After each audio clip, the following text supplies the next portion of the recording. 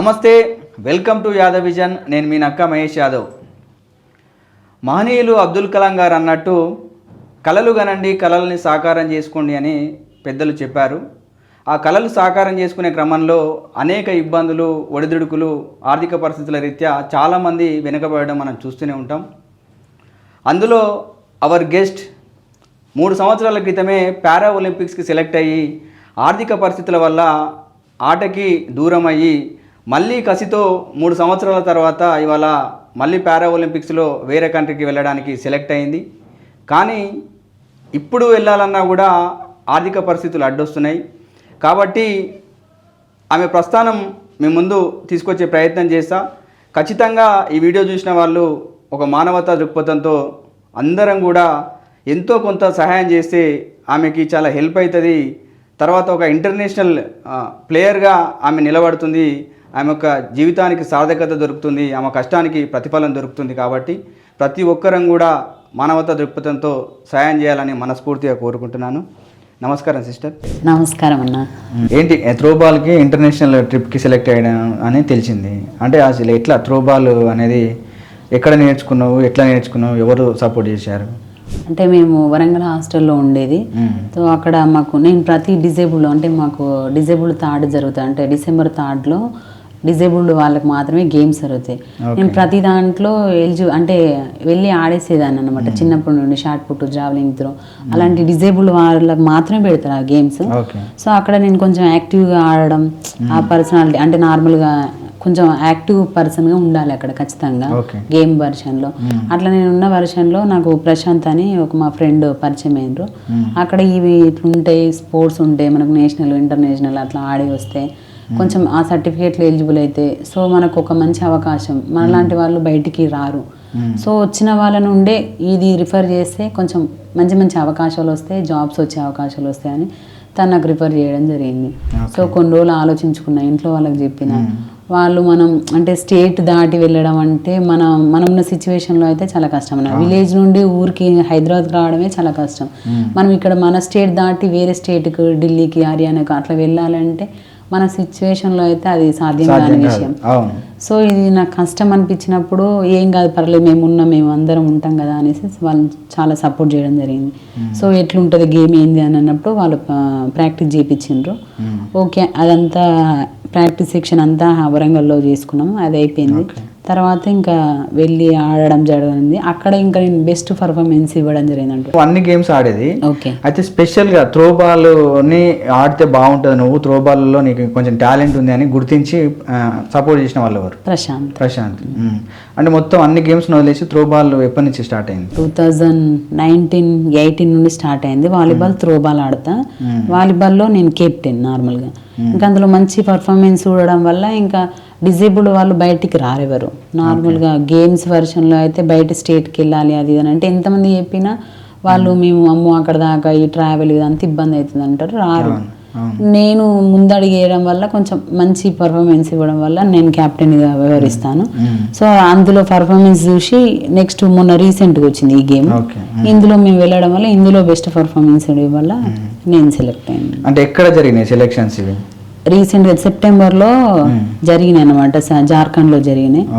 ఆడ అయిపోయిన తర్వాత అది ఇండియన్ టీంకి సెలెక్ట్ చేస్తారని మాకు కూడా తెలియదు. నార్మల్గా గేమ్స్ ఉన్నాయి అంటే నేషనల్ మీట్ అంటే వెళ్ళినాం అక్కడికి. అది ఇండియన్ టీంకి సెలెక్ట్ అయినా, అందులో నేను సెలెక్ట్ అయినా అనేది చాలా సంతోషకరమైన విషయం. సో అది ఫైనాన్షియల్గా ఇట్లా ఉంది అని అన్నప్పుడు కొంచెం మళ్ళీ వెనక అడగేయాల్సి వస్తుంది ఫైనాన్షియల్ వర్షన్. అంటే ఇంతకుముందు కూడా సెలెక్ట్ అయినావు, తర్వాత ఫైనాన్షియల్ ప్రాబ్లమ్స్ వల్ల ఆగిపోయినావు అని తెలిసింది. అప్పుడు థాయిలాండ్కి సెలెక్ట్ అయినా. సో అప్పుడు 2,50,000 అట్లా ఖర్చు అవుతుంది అన్నారు. ఇంకా అంతా మన సిచ్యువేషన్ పెట్టుకోలేని సిచ్యువేషన్. సో క్యాన్సిల్ చేసుకున్నా. ఇప్పుడు ఇది 1,50,000. సో ఈ అమౌంట్ అయినా సెట్ అవుతుందేమో అని, ఎవరైనా ముందుకు వచ్చి దాతలు ఎవరైనా ఇస్తారేమో అని ఆశిస్తున్నాను. అంటే ఎవరైనా కలిసినావా ఇప్పటివరకు? కలెక్టర్ని, మా ఎమ్మెల్యే, కొందరు ప్రతినిధులను కలిసిన కాకపోతే వాళ్ళ నుండి ఏం రెస్పాన్స్ రాలేదు. అంటే వాళ్ళ నుంచి ఏముంది రెస్పాన్స్? అంటే బడ్జెట్ లేదనే వర్షన్ మాట్లాడుతున్నారు. ఇంకా అదే అంటే జనరల్ ప్రభుత్వాలు ఇవాళ స్పోర్ట్స్ని ఎంకరేజ్ చేయాలి, స్పోర్ట్స్ యూనివర్సిటీలు కట్టాలి, తర్వాత ఒలింపిక్స్ సంబంధించినవి కూడా ఇక్కడ ఏర్పాటు చేయాలని చాలా పేపర్లలో కూడా మనకు అంటే న్యూస్ వస్తూ ఉంది. కానీ రియాలిటీకి వచ్చేసరికి కనీసం మామూలు ప్లేయర్లకు కూడా కనీసం ఎక్స్పెన్సెస్ కూడా భరించలేని పరిస్థితిని చూసి ఏమనిపిస్తుంది? అంటే రేవంత్ రెడ్డి గారిది అదొక మంచి ఆలోచన. అంటే స్పోర్ట్స్ పర్సన్స్కి అది చాలా కావాల్సినది. అన్ని స్టేట్లలో మంచి అవైలబుల్ అవుతుంది. మన స్టేట్లో కూడా తీసుకురావడం అనేది ఒక మంచి ముఖ్య విషయమే. కాకపోతే ఫైనాన్షియల్ వర్షన్ వచ్చేసరికి ఎవరు ఏం చేయలేకపోతున్నారు. మన రాష్ట్రాలు అంటే ఆ బడ్జెట్ ఎట్లా వెళ్తుందో ఏం చేస్తారో తెలియదు. వాళ్ళకు అవైలబుల్లో ఉన్న వాళ్ళకి ఇచ్చేస్తున్నారు. అది ఏ వర్షన్ అయినా యూజ్ చేసుకుంటున్నారు. సో ఇలాంటి మంచి జెన్యున్ పర్సన్ వెళ్ళి అప్లికేషన్ పెట్టుకొని ఇట్లా అని సో అని చెప్పుకున్నా కూడా స్పందించే వర్షన్లో లేరు. అంటే జనరల్గా మనం ఏ ఊరు నుంచి వచ్చిన తర్వాత ఎడ్యుకేషన్ అంతా ఎక్కడ సాగింది? మాది గూడూరు, మహబూబాబాద్ జిల్లా, గూడూరు మండలం. ఆడ ఉమ్మడి వరంగల్ జిల్లా. అక్కడ 10th ఇంటర్ డిగ్రీ అంతా హన్మకొండలో. ఇంకా అది అయిపోయిన తర్వాత పీజీ ఇక్కడ హైదరాబాద్లో పొట్టి శ్రీరామ్ తెలుగు యూనివర్సిటీలో కంప్లీట్ చేసుకోవడం జరిగింది. అంటే పొట్టి శ్రీరామ్ యూనివర్సిటీలో ఏం చదివినావు అక్కడ? పీజీ ఫోక్ ఆర్ట్స్ అనమాట.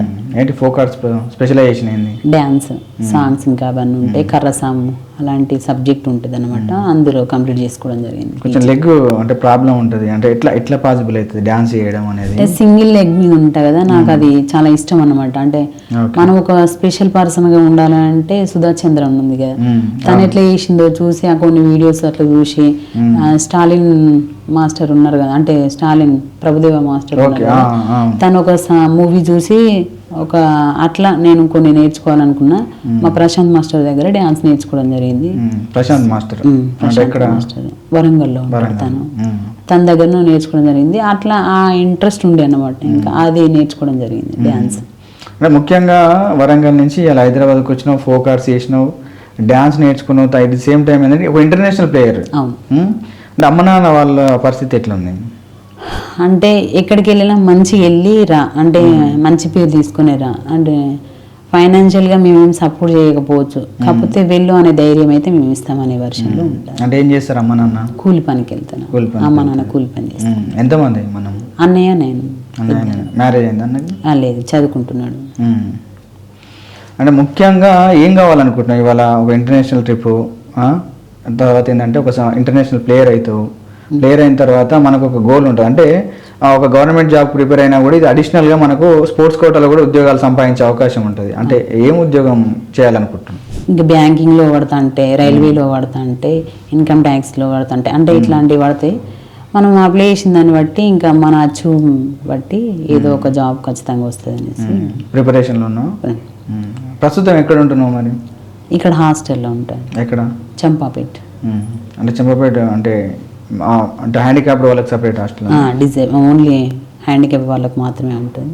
ఒక హ్యాండిక్యాప్డ్ నుంచి వచ్చినప్పుడు సమాజంలో కొంతమంది జాలి చూపించే వాళ్ళు ఉంటారు, కొంతమంది హేళన చేసే వాళ్ళు ఉంటారు. అంటే అట్లాంటివి ఏమైనా పరిస్థితులు ఎదుర్కొన్నావా? చాలా ఎదుర్కొన్నా. కాకపోతే ఫస్ట్ మన విజయం వాళ్ళకు ఒక ఆన్సర్ కావాలి. అంటే మనం ఏదో ఇప్పుడు నేను చేస్తా అంటే నిజం చేసావో తెలియదు అని లైట్ తీసుకుంటారు. చేసి చూపించిన తర్వాత అవును చేసింది అనే వర్షన్లో ఉంటారు కదా. నాకు అది చేసి చూపించాలనేది ఉంటుంది ఎక్కువ. చేస్తాను. శ్రమని ఆయుధం అయితే విజయాన్ని బానిస అవుతుందని పెద్దలు చెప్పారు. ఒక ఇంటర్నేషనల్కి లాస్ట్ సారి మిస్ అయినా, ఈసారి కొంచెం ఫైనాన్షియల్ ఇబ్బంది ఉంది. దాన్ని అనేక మంది మన ఆడియన్స్ కానీ తర్వాత పెద్దలను అనేక మందిని మనం కూడా ప్రయత్నం చేసి కొంత చేద్దాం. నాకు పర్టికులర్గా గవర్నమెంట్ జాబ్ అంటే ఇది అయితే బాగుంటుంది, దీనికోసం ప్రిపేర్ అవుతున్నా అనేది ఏది ఉంది? బ్యాంక్ జాబ్, బ్యాంకింగ్ సెక్టర్లో సెటిల్ కావాలనుకుంటున్నాను.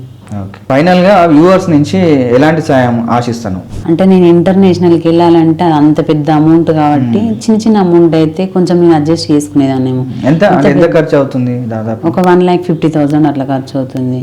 అంటే నార్మల్ నేషనల్కి వెళ్తే ఒక 10,000 అట్లా ఖర్చు అవుతుంది. అది నేను ఫైనాన్షియల్గా చూసుకుంటా.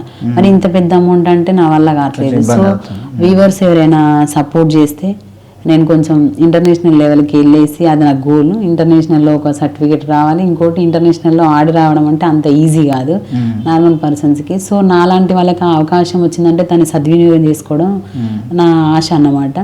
అది మన వ్యూవర్స్ ద్వారా ఎవరైనా అంటే దాతలు స్పందిస్తే నేను వెళ్ళేసి వస్తా అనేది ఒక ఆశ.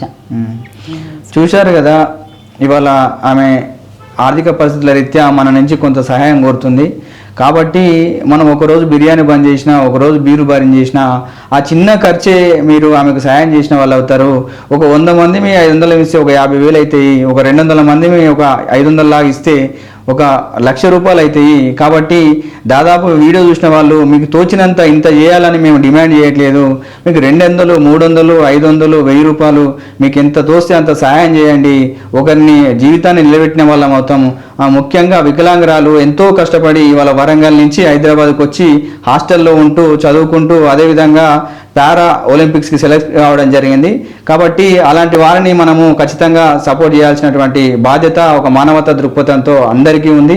కాబట్టి ప్రతి ఒక్కరు ఈ వీడియో చూసిన వాళ్ళు మీకు ఫోన్పే నెంబరు కింద అకౌంట్ డీటెయిల్స్ అన్నీ కూడా నేను కింద వీడియో కింద సెండ్ చేస్తాను. కాబట్టి ప్రతి ఒక్కరు కూడా మీకు తోచినంత సహాయం చేయగలరని మనస్ఫూర్తిగా కోరుకుంటున్నాను.